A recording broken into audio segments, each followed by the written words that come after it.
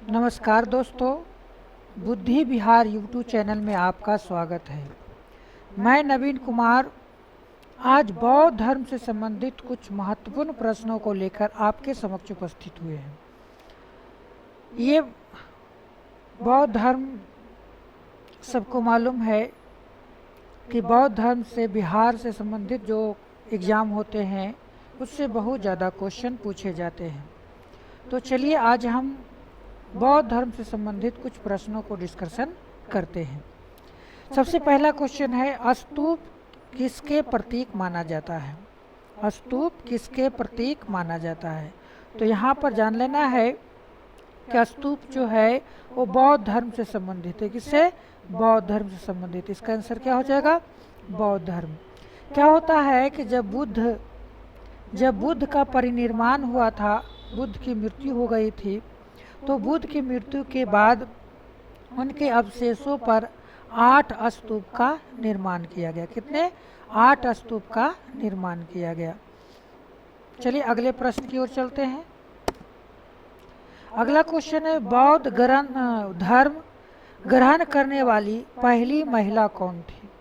ध्यान देना है कि बौद्ध धर्म ग्रहण करने वाली पहली महिला जो थी वो प्रजापति गौतमी थी। कौन थी? प्रजापति गौतमी, जो बुद्ध की कहेंगे मौसी थी प्रजापति गौतमी। हालांकि इनका लालन पालन जो है प्रजापति गौतमी ने ही किए थे, क्योंकि इनकी माता जो महामाया देवी थी, महामाया देवी, इनकी मृत्यु हो गई थी, महामाया देवी की मृत्यु हो गई थी। तो इनका लालन पालन जो है प्रजापति गौतमी ने किया था। और बौद्ध धर्म में प्रवेश करने वाली पहली महिला भी कौन थी? प्रजापति गौतमी थी। अगला है, बुद्ध के अष्टांगिक मार्ग के बारे में प्रथम जानकारी कहाँ से मिलती है? ध्यान देना है कि अष्टांगिक मार्ग क्या है। तो बौद्ध धर्म में जो दीक्षा दिया गया था वो 8 प्रकार की बातें बताई गई थी, उसे अष्टांगिक मार्ग कहते हैं। और ये अष्टांगिक मार्ग यहाँ ऑप्शन के अनुसार कहेंगे छंदोपनिषद, तैत्तिरीय उपनिषद, केन उपनिषद। उपनिषदों में इसकी जानकारी नहीं मिलती है, तो इसका आंसर क्या हो जाएगा? इनमें से कोई नहीं। ये आपको अष्टांगिक मार्ग जब भी मिलेगा तो बौद्ध ग्रंथों में मिलेगा। ये उपनिषद जो है वो ब्राह्मण ग्रंथ के अंतर्गत आता है। अगला है, महात्मा बुद्ध द्वारा दिए गए प्रथम उपदेश को क्या कहा जाता है? आपको पता है जब महात्मा बुद्ध की ज्ञान की प्राप्ति हुई थी, कहाँ? गया में। गया में महात्मा बुद्ध की ज्ञान की प्राप्ति हुई थी। एक पीपल का वृक्ष के नीचे उनको ज्ञान की प्राप्ति हुई थी। और उस ज्ञान की प्राप्ति के बाद उन्होंने पहली बार सारनाथ में अपने ही 5 दोस्तों को, जिसे पंच ब्राह्मण कहा जाता है, उन्होंने उपदेश दिया था। और इस उपदेश को बौद्ध धर्म के इतिहास में धर्म चक्र परिवर्तन कहा जाता है। क्या कहा जाता है? धर्म चक्र परिवर्तन कहा जाता है। अगला क्वेश्चन है, भारत में पूजित पहली मानव प्रतिमा किसकी है? आपको पता होगा कि भारत में पहली बार भगवान बुद्ध की प्रतिमा को पूजा गया था, और पहली बार भगवान के रूप में इसे माना था अशोक ने। किसने? अशोक ने। इसे भगवान के रूप में सबसे पहली पूजा था कौन? अशोक ने। आपको पता है कि भारत में या विश्व में सबसे ज़्यादा बौद्ध धर्म का जो प्रचार किया था अशोक ने किया था। इसके एक बेटे थे महेंद्र और बेटी थी संघमित्रा। इन दोनों मिलकर के बौद्ध धर्म का प्रचार किया था। अगला है, गृह त्याग महाभिनिष्क्रमण के बाद बुद्ध ने सर्वप्रथम किसे उपदेश प्राप्त किया? यानी इनका प्रथम गुरु कौन थे? तो प्रथम गुरु थे अलार कलाम। कौन थे? अलार कलाम। ये जब आपको घर से निकलने के बाद पहली बार राजगीर पहुँचे। राजगीर जो पहले मगध की राजधानी हुआ करता था, वहाँ पर एक व्यक्ति से मिले अलार कलाम, और उन्हें से इन्होंने पहली बार शिक्षा लिए। तो आपको इनके प्रथम गुरु कौन हुए? अलार कलाम हुए। चलिए आगे चलते हैं। अगला है, किस बौद्ध संगति में बौद्ध ग्रंथों में संस्कृत का प्रयोग किया गया? आपको मालूम होगा कि 4 बौद्ध संगीति हुई थी। कितने? 4 बौद्ध संगीति हुई थी। पहली जो बौद्ध संगीति हुआ था वो राजगीर में हुआ था। राजगीर, जिसको राजगृह कहा जाता है, पहला बौद्ध संगीति हुई थी। दूसरा बौद्ध संगीति हुई थी वैशाली में, वैशाली में। और तीसरी जो बौद्ध संगीति हुई थी वह था पटना में। और चौथी जो बौद्ध संगीति हुई थी वह था जम्मू कश्मीर में। कहाँ हुआ था? जम्मू कश्मीर में। और ये जम्मू कश्मीर में बौद्ध संगीति जो कराई गई थी वो कनिष्क के शासन काल में कराई गई थी। किसके? कनिष्क के शासन काल में, कुंडल वन में। कहाँ? कुंडल वन में। और यहीं पर जो है बौद्ध धर्म 2 भागों में बट गया था, हीनयान और महायान। एक संप्रदाय कहलाया हीनयान, हीनयान, और एक कहलाया महायान। तो जो महायान के जो अनुयायी थे उन्होंने ग्रंथों को संस्कृत में लिखना शुरू किया। तो यहाँ पर कहेंगे चौथी बौद्ध संगति में पहली बार संस्कृत में का प्रयोग हुआ था। अगला, बौद्ध धर्म के त्रिरत्न के बारे में क्या असत्य है? आपको कहेंगे 3 रत्न क्या है? तो बुद्ध, संघ और धम्म। यानी इसको कहा जाता है बुद्धम शरणम गच्छामि, धम्मम शरणम गच्छामि और संगम शरणम गच्छामि। तो यहाँ पर स्तूप जो है ये बुद्ध का जो निर्माण हुआ था तो उनके अवशेष पर 8 स्तूप बनाए गए थे। तो स्तूप जो है बौद्ध धर्म के जो मंदिर को कहा जाता है। तो यहाँ पर त्रिरत्न कौन था? तो बुद्ध, संघ और धम्म था। लेकिन यहाँ का असत्य कौन है? तो यहाँ पर असत्य कौन हो जाएगा? स्तूप। अगला है, महात्मा बुद्ध की मृत्यु के बाद उनके शरीर के अवशेषों पर कितने स्तूप का निर्माण किया गया था? आपको पता है कि महात्मा बुद्ध का जो परिनिर्माण हुआ था, उनकी मृत्यु हुई थी, वो कुशीनगर में हुई थी। कुशीनगर में। कहाँ हुआ था? कुशीनगर में हुआ था। महापरिनिर्माण कहाँ हुआ था? कुशीनगर में हुआ था। वहाँ के मल्ल राजा जो है उनके अवशेषों पर स्तूप के निर्माण किया। हालांकि अलग अलग राजाओं ने इनके लिए 8 स्तूप का निर्माण किया। कितने स्तूप? 8 स्तूप का निर्माण किया था। अगला, गौतम बुद्ध का जन्म कब हुआ था? तो कहेंगे गौतम बुद्ध का जन्म जो है वो आपको 563 ईसा पूर्व में हुआ था। कब? 563 ईसा पूर्व। कहाँ हुआ था? तो हुआ था नेपाल में। नेपाल के तराई क्षेत्र है, नेपाल के लुम्बिनी वन में। लुम्बिनी वन में, नेपाल के लुम्बिनी वन नामक स्थान पर इनका जन्म हुआ था। ये जो इनके जो साम्राज्य था, इनके जो पिता थे वो शाक्य वंश के सरदार थे। अगला है, भारत में सबसे बड़ा बौद्ध स्तूप कहाँ स्थित है? ध्यान देना है, वर्तमान समय में सबसे बड़ा स्तूप है चंपारण में। कहाँ है? चंपारण में। बुद्ध का सबसे बड़ा स्तूप जो वर्तमान समय में है वो बिहार में है, पूर्वी चंपारण में। कहाँ है? पूर्वी चंपारण में। अगला, महात्मा बुद्ध किस क्षत्रिय कुल के थे? तो कहेंगे महात्मा बुद्ध जो थे उनके पिता शाक्य वंश के थे। तो क्या कहेंगे? ये शाक्य कुल के थे। किस कुल के थे? शाक्य कुल के थे।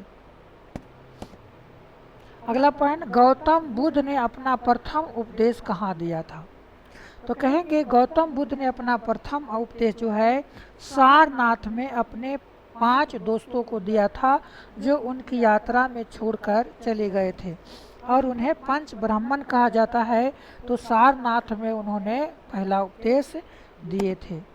अगला है, सिद्धार्थ का ज्ञान प्राप्ति कहाँ हुआ था? तो सिद्धार्थ गौतम बुद्ध का बचपन का नाम है सिद्धार्थ।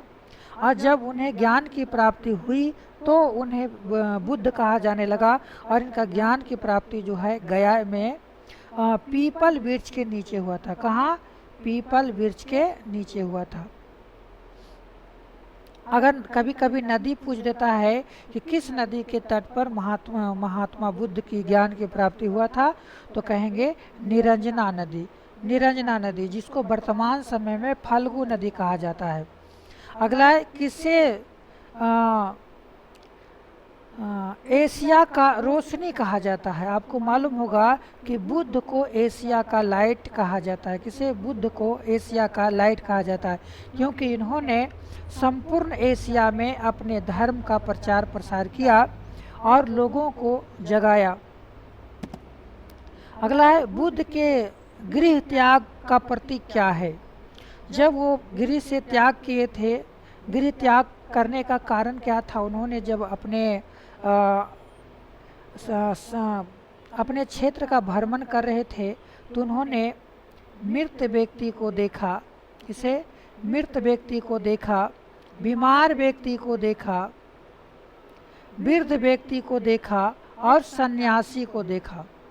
इन चीज़ों को देखकर उनका हृदय परिवर्तन हो गया और वो सन्यासी बनने के लिए ठान लिए और सन्यासी बन गए। तो कहेंगे गृह त्याग को महाभिनिष्क्रमण कहा जाता है, जिसका प्रतीक था घोड़ा। अगला है, तृतीय बौद्ध संगति कहाँ आयोजित हुआ था? आपको हम बता चुके हैं, राजगीर में जो है पहला बौद्ध संगति हुआ था और कराया था अजात शत्रु ने। अजात शत्रु ने पहली बार राजगीर में इसका करवाया था। ये जो आपको पाटलिपुत्रा है, यहाँ पर तीसरा बौद्ध संगति हुआ था और अशोक ने करवाया था। किसने? अशोक ने करवाया था। मौर्य वंश के शासक अशोक ने करवाया था। कौशाम्बी, यहाँ आपको बौद्ध संगति नहीं हुआ था। यहाँ जो है कि आपको तीसरा बौद्ध संगति पूछ रहा है तो क्या हो जाएगा? पाटलिपुत्रा। और वैशाली में जो है दूसरा बौद्ध संगति हुआ था। ये हुआ था कालाशोक के शासनकाल में। कालाशोक के शासनकाल में ये दूसरा बौद्ध संगति हुआ था। अगला है, कनिष्क के शासनकाल में चतुर्थ बौद्ध संगति सभा किस नगर में आयोजित किया गया था? यानी कनिष्क के शासनकाल में ये कहाँ किया गया था? तो कहें यहाँ पर आपको मगध, पाटलिपुत्रा, कुंडल वन, कश्मीर, राजगीर में पहला हुआ था, कुंडल वन में चौथा हुआ था, पाटलिपुत्रा में तीसरा हुआ था। यहाँ कह रहा है कनिष्क के शासनकाल में चतुर्थ बौद्ध संगति सभा कहाँ हुई थी? तो कश्मीर में हुआ था, कुंडल वन कश्मीर में हुआ था। अगला, अशोक के शासनकाल में बौद्ध संगति किस नगर में आयोजित किया गया था? अशोक की राजधानी थी पाटलिपुत्रा, तो उन्होंने पाटलिपुत्रा में ही बौद्ध संगति, दूसरी बौद्ध संगति का आयोजन किया था। बौद्ध संगति का मतलब होता है, संगीति का मतलब ही होता है साथ साथ गाना। अगला, किस शासक के शासनकाल में नेपाल में बौद्ध धर्म का गमन हुआ था? तो कहेंगे अशोक ने अपनी बेटी संघमित्रा और महेंद्र अपना बेटा को नेपाल और श्रीलंका भेजा था बौद्ध धर्म की प्रचार प्रसार करने के लिए। अगला है, किस शासक ने बौद्धों के लिए विख्यात विक्रमशिला विश्वविद्यालय की स्थापना किया था? तो विक्रमशिला विश्वविद्यालय की स्थापना जो है धर्मपाल ने किया था। किसने? धर्मपाल ने किया था। ये पाल वंश का शासक था जिसने जो है आपको विक्रमशिला विश्वविद्यालय की स्थापना किया था। पाल वंश का संस्थापक था गोपाल। अगला है, किसके द्वारा तृतीय बौद्ध को संरक्षण प्रदान किया गया था? तीसरी बौद्ध संगति आपको कहेंगे कालाशोक के शासनकाल में हुआ था। तो यहाँ पर कहा रहा है कि यहाँ पर तीसरी बौद्ध संगति तो अशोक ने करवाया था। कहाँ? तीसरी बौद्ध संगति पटना में हुआ था, तो पटना में अशोक के संरक्षण में ये बौद्ध संगति कराई गई थी। अगला है, बुद्ध ने निम्नलिखित में से किस स्थान पर महापरिनिर्वाण प्राप्त किया था? तो महापरिनिर्वाण जो है वो क्यूसी नगर, बुद्ध की मृत्यु को महापरिनिर्वाण कहा जाता है। मृत्यु को क्या कहा जाता है? महापरिनिर्वाण कहा जाता है। तो आपको यहाँ कुशीनगर में उनकी महापरिनिर्वाण हुआ था। अगला है, बुद्ध की मृत्यु के बाद प्रथम बौद्ध संगति का अध्यक्षता किसने किया था? राजगीर में हुआ था, अजातशत्रु ने करवाया था और महाकश्यप उसके अध्यक्ष थे। महाकश्यप की अध्यक्षता में प्रथम बौद्ध संगीति कराई गई थी। अगला, बुद्ध ने सर्वाधिक उपदेश कहाँ दिए? श्रावस्ती में। कहाँ दिए? श्रावस्ती में। ये सबसे ज़्यादा समय भी श्रावस्ती में बिताए और सबसे ज़्यादा बौद्ध का धर्म का प्रचार प्रसार भी, उपदेश भी यही दिए थे। अगला, गौतम बुद्ध के पुत्र का नाम क्या था? गौतम बुद्ध का पुत्र का नाम राहुल था। और राहुल का मतलब होता है एक और बंधन होना, एक और बंधन होना, एक और बंधन होना। राहुल का अर्थ क्या होता है? एक और बंधन होना। अगला, किस भाषा का ज्यादा प्रयोग बौद्धवाद के प्रचार के लिए किया गया था? तो बुद्ध ने सर्वाधिक अपना उपदेश पाली भाषा में दिया था, तो इसका आंसर क्या हो जाएगा? पाली। अगला, मठ मंदिर स्तूप किस धर्म से संबंधित है? तो मठ मंदिर स्तूप ये सभी जो है वो बौद्ध धर्म से संबंधित है। अगला है, बौद्ध ग्रंथ पिटकों की रचना निम्नलिखित में से किस भाषा में की गई थी? आपको पता होगा कि बौद्ध धर्म में जितने भी प्रचार प्रसार हुए हैं वो सभी पाली भाषा में हुआ है, तो इसका आंसर क्या हो जाएगा? पाली भाषा। अगला है, बौद्ध धर्म ग्रहण करने वाली पहली महिला कौन थी? पहले भी आ चुका है, पहली जो है प्रजापति गौतमी थी, जो महात्मा बुद्ध की मौसी थी, जिन्होंने महात्मा बुद्ध को बचपन में लालन पालन किया था। अगला, बौद्ध धर्म के त्रिरत्न में शामिल नहीं है, तो कहेंगे बुद्ध धर्म और संघ। बुद्धम शरणम गच्छामि, धम्मम शरणम गच्छामि, संघम शरणम गच्छामि। ये धम है, धर्म नहीं धम है, तो यहाँ पर मध्यम मार्ग ये आपको यहाँ पर इसमें शामिल नहीं है। अगला, सारनाथ में बुद्ध का प्रथम प्रवचन कहलाता है। जो सारनाथ में पहला बार प्रवचन दिया था उसको क्या कहते हैं? तो धर्म चक्र परिवर्तन कहते हैं। उन्होंने अपने 5 दोस्तों को दिया, पहली बार उन्होंने उपदेश दिया था, जिसे धर्म चक्र परिवर्तन कहा जाता है। अगला, बुद्ध चरित्र किसे बौद्धों का रामायण कहते हैं? बुद्ध चरित्र जो है उसे बौद्धों का रामायण कहा जाता है। ये किसने लिखा था? तो कहेंगे अश्वघोष ने लिखा था। और ये जो है कुषाण वंश के काल में जो है अश्वघोष ने बुद्ध चरित्र की रचना किया था। अगला, महाविभाषा सूत्र, ये भी आपको कुषाण वंश के शासन काल में ये विभाषा सूत्र लिखा गया। और ये महाविभाषा सूत्र को बौद्धों का विश्वकोश या धर्म कोश कहा जाता है। क्या कहा जाता है? विश्वकोश या इसी को धर्म कोश कहा जाता है, धर्म कोश कहा जाता है। और ये विश्वकोश और धर्म कोश कौन है? तो किसने लिखा था? तो वसुमित्र ने लिखा था। चलिए दोस्तों, हमने इसमें बहुत कम ही 34 प्रश्नों का हमने डिस्कशन किए। हम बुद्ध धर्म से संबंधित एक और वीडियो लेकर आपके समक्ष उपस्थित होंगे। ये आपको बौद्ध धर्म का क्वेश्चन का पहला वीडियो था।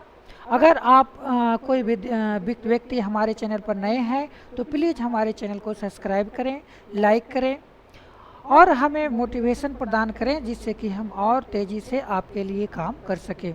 चलिए, हमारे वीडियो देखने के लिए सभी लोग को धन्यवाद।